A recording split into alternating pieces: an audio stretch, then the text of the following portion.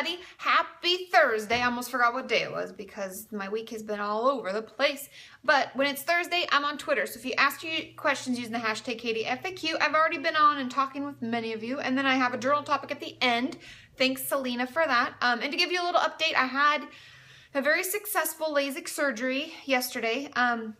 So my eyes are getting a little tired today after driving and, reading and being on my phone and being online and everything, but it's okay. Everything is good so far. I went to my checkup appointment today and the guy, my doctor, said that everything looks good. It looks like I'm healing really quickly, but to keep doing what I'm doing, I have these drops I have to put in and I'm not supposed to wear any makeup on my eyes and I can't rub them and I have to wear these little goggles when I sleep at night, which are really terrible. So he gave me some different things to sleep with at night, so maybe I can sleep better tonight.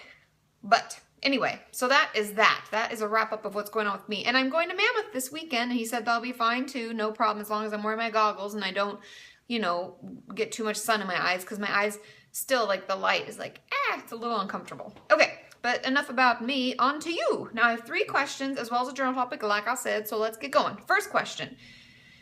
Wow, I really talked a lot and didn't breathe. Okay.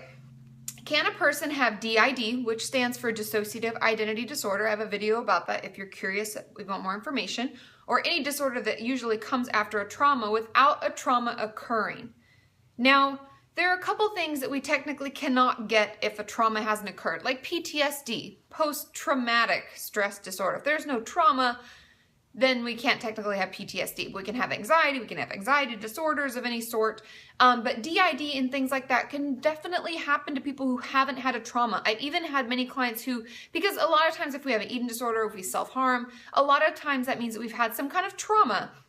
It may not be just one thing, it may be like our childhood was really rocky, we had parents who fought a lot, we had a drug-addicted sibling. It could be any number of things that we felt really scared and we didn't feel safe. And those things can happen because of a trauma, and they can happen for many other reasons. That's honestly why I got into psychology, because the human brain is so amazing. It changes for reasons that we don't know. It changes for reasons we do know. And then sometimes later in life, it'll heal itself from things that used to ail it. It's amazing. So the reason that we may have depression, anxiety, dissociative identity disorder, any mental illness, it doesn't always mean that it has to come from a trauma. So it's definitely possible for you to have dissociative identity disorder or DID, an eating disorder, self-harm, mental illness issues in general, even if you haven't had a trauma. Not everyone has a trauma. Sometimes it's a genetic component.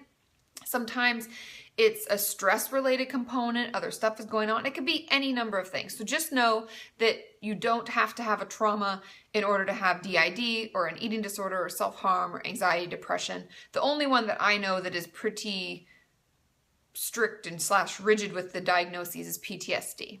Okay? Because there's PTSD, and in the short term, it's brief anxiety disorder or I forget what it's called, but it's when it's more of a short-term thing, we can have, for a brief period of time after a trauma. Those are the only 2 that require a trauma. Okay, question number 2.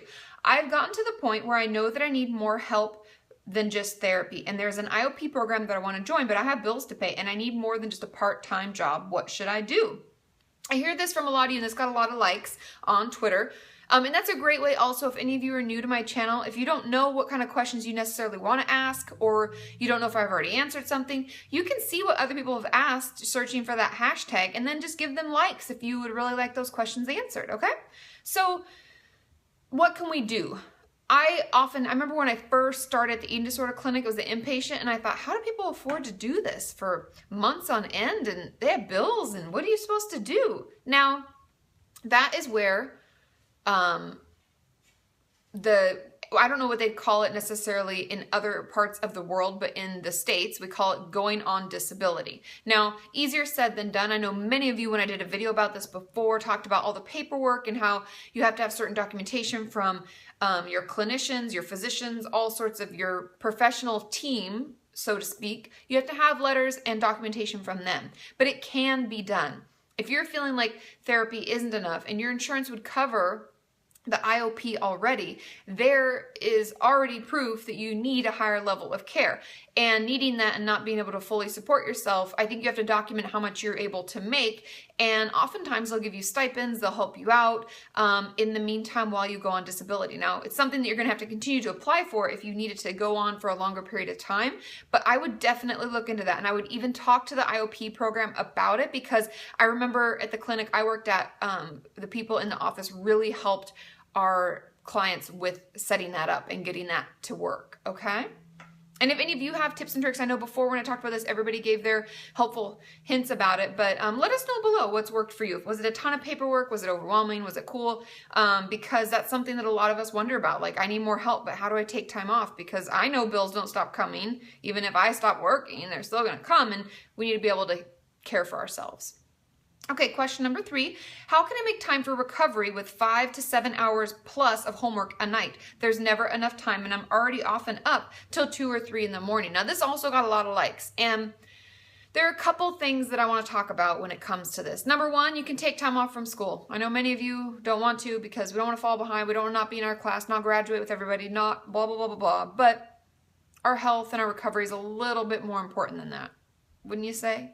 So if it's really hard and you feel like you're slipping deeper and deeper in your eating disorder, I'd rather have you take a leave from school instead of let your grades just keep dropping until you're forced into inpatient and then or the hospital, and it's just a terrible experience. This way you're choosing your own path. You're choosing to help yourself get better. Okay? That's the first thing. Second thing is there's always time. Now, I know many of us feel like, but Katie, there's so much to do. There is just no time. I never believe that. I hear that all the time from my clients. I just don't have any time to do that. That homework you gave me, I just had no time. I don't care if you get up a little bit earlier. All you need is about 30 minutes.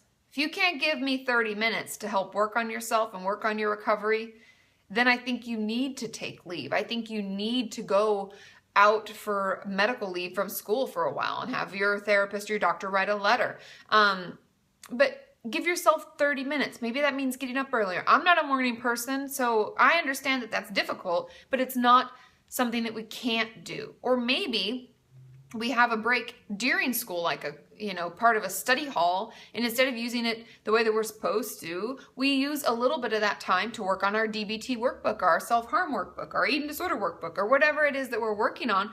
Maybe we journal, maybe we do a little eating disorder voice and positive voice, or any kind of the negative thinking logs of any sort. Maybe we take the time to do that, but try to give me 30 minutes a day. Now, I know that's not going to work for every day, but if we can't commit 30 minutes to ourselves each day, then I think we're going to have to take it another step further, if that makes sense. I know it can sound really harsh, but we have to invest in ourselves. We're investing in other things. We're investing in school. We're investing in our friendships. We're investing in, all sorts of stuff like that. Maybe shopping, maybe going out. And while that stuff is really, really important, it's not important if we're not around for it. So I would encourage you, set aside 30 minutes, give it a go, see how it goes. If not, then we'll think about the other options that I talked about, okay?